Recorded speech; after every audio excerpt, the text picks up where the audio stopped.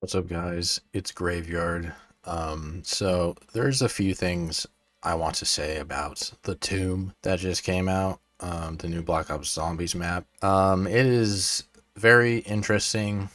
Definitely right out of the gate, I want to say that this map is really disappointing. I hope, and I also kind of feel like it's supposed to be that way.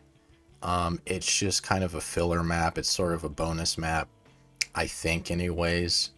I've seen some people say it's Citadel's Liberty Falls, which I think it might be. I think we'll get a big map, a small map, a big map, a small map. But that being said, there's no confirmation of that at all by Treyarch or anything. And how they set expectations up for this map was really bad. They said that it would be similar to Liberty Falls, but they said it very vaguely. And, they didn't really hype up this map at all. There was a trailer, which was good enough, but there was no, intro cinematic or anything they released, and it's not even in the game. So there's just a feeling of lacking there that's quite obvious. And when you get into the map, you can really feel it. No intro cinematic, like I just said. And the doors are super expensive for no reason. And once you open up the whole map, there's really nothing to the map all that much. There are, some there's some fun side Easter eggs, where you can get an Aether tool, so you can get your gun all the way up to legendary if you just shoot the waterfalls with your ice staff, which is cool. There's a side Easter egg that gives you, a free perk if you light up all the, the urns or the lanterns or whatever. And there's also like the golden armor you can get, which is cool. But besides that, all these maps have pretty decent side Easter eggs. There's literally nothing that stands out about this map. The only thing that, I've seen everyone say this, and it's undeniable. This map looks visually awesome. You go to like an excavation site, to these creepy catacomb caves, and then you go into this, dark aether, which is, alien and mystical, and it's cool. It's fun to look at. It feels good to look at. But besides that, like if this map had the aesthetic of Liberty Falls, this map would be, I would play this map one time just to see what it is, and then I'd never play it again. The aesthetic is what's holding it up. And I will say though, the ice staff is more OP than Origins. You have, a full charge is 3 instead of 6. And of course, the radius on the blast is a lot bigger. And it just wipes bosses. On my third playthrough of the game, this map, I got to round 69. It was 70, but I died on 70, so it's 69, which of course is funny. But I usually never get that high of a round on a map that early, like on my third playthrough. Is because of the staff. I forgot how OP the ice staffs, were, the staffs in Origins, and they kept it the same and made it even a little bit better. So that's really nice. It's good to have such an OP wonder weapon, way more OP than the swords. The swords are good, but this is, like a whole nother realm of OP. If you want a map where you can just sit there with your eyes closed and just spam an attack and get to a high round, this is the high round map of the game so far, definitely, just because of the staff. And it kills the boss pretty easily. The amalgams are kind of difficult, but just use like light mender. Yeah, there's ways around amalgams. There's the good, there's the bad. The one big thing is I want to talk about the Easter egg in this map. It's surprising that it even has one since it's so small, and this map came out like, I don't know, 1.5 to 2 months after the Citadel de Mor. So they developed this really fast. My sneaking suspicion is that they took elements from maybe a later map they haven't spoken about, and of course past elements from other games like Origins, and there's some Ancient Evil in there, some 9 in there.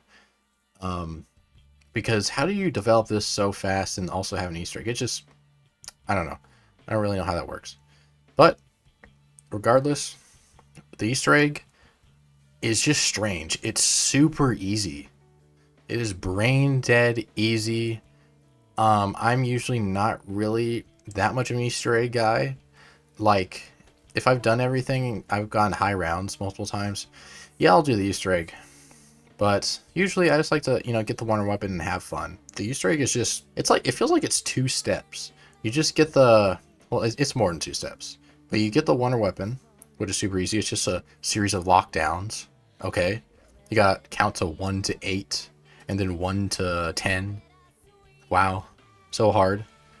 And then, another lockdown, protect the staff. And then to upgrade it, you gotta shoot these lanterns 10 seconds apart from each other. It's just so random. Like, it's weird. Shoot these rocks, these symbols, and then another, like, lockdown kind of sequence. And then you upgrade the staff, and there you go. Oh, and then after that, you know how you get to the boss fight? You do 4 lockdowns, and you just spam the ice staff, and that's it, basically. That's literally the whole Easter egg.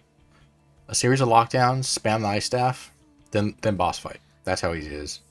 Like, I did the whole Easter egg in an hour, not even trying to go that fast. I did use Perkaholic, I'll be honest, but super easy.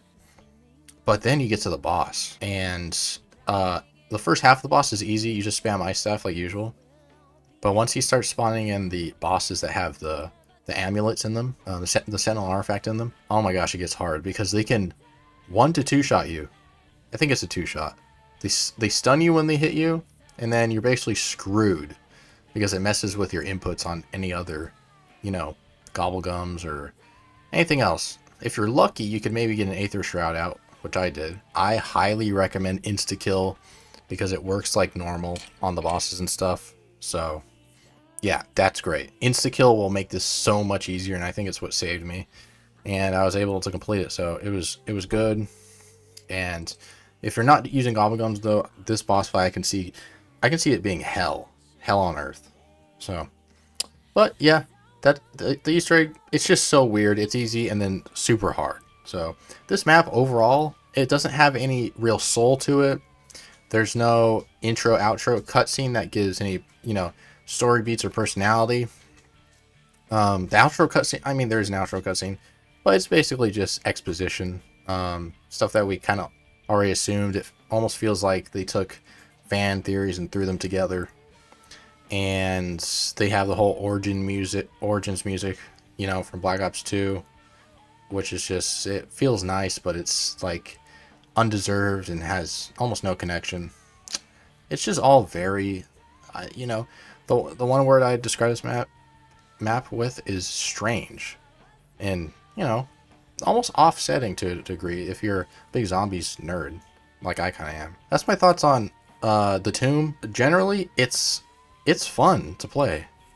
Like, it's fun to use the ice staff and just be super OP.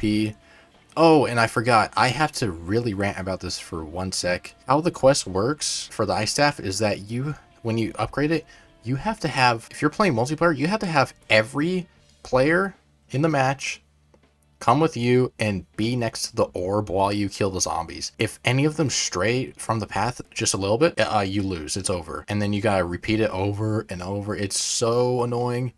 It's not optimized for multiplayer. It's like they didn't play it with multiplayer in mind, even though they were like, this is supposed to be like Liberty Falls. It doesn't make any sense. It's clearly rushed and super annoying. So play with friends or just play alone. And another thing is, they probably patched it out by now, but the mimics can pull you through pillars, and their pulls are glitched out. Sometimes, like if you shoot the ice staff, of course it'll freeze them, so they'll go slow. But when their animation is going out, their tentacles are coming towards you.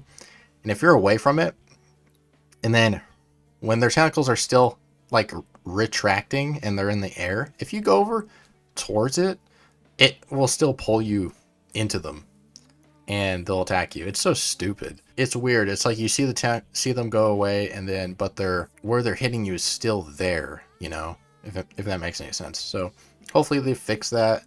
And yeah, the Tomb is just a strange map, and it's fun. It looks cool, but it lacks any real soul, any real personality. That's my review of the Tomb. I'm going to keep playing it, to be honest, just a little bit, because I am having fun, but I know that's going to dry out really fast because There's nothing to do on the map besides craft the staff, and those steps are tedious and just kind of annoying, even though they're super easy. So that's my thoughts. Hope you guys enjoyed, and see you guys later. Goodbye.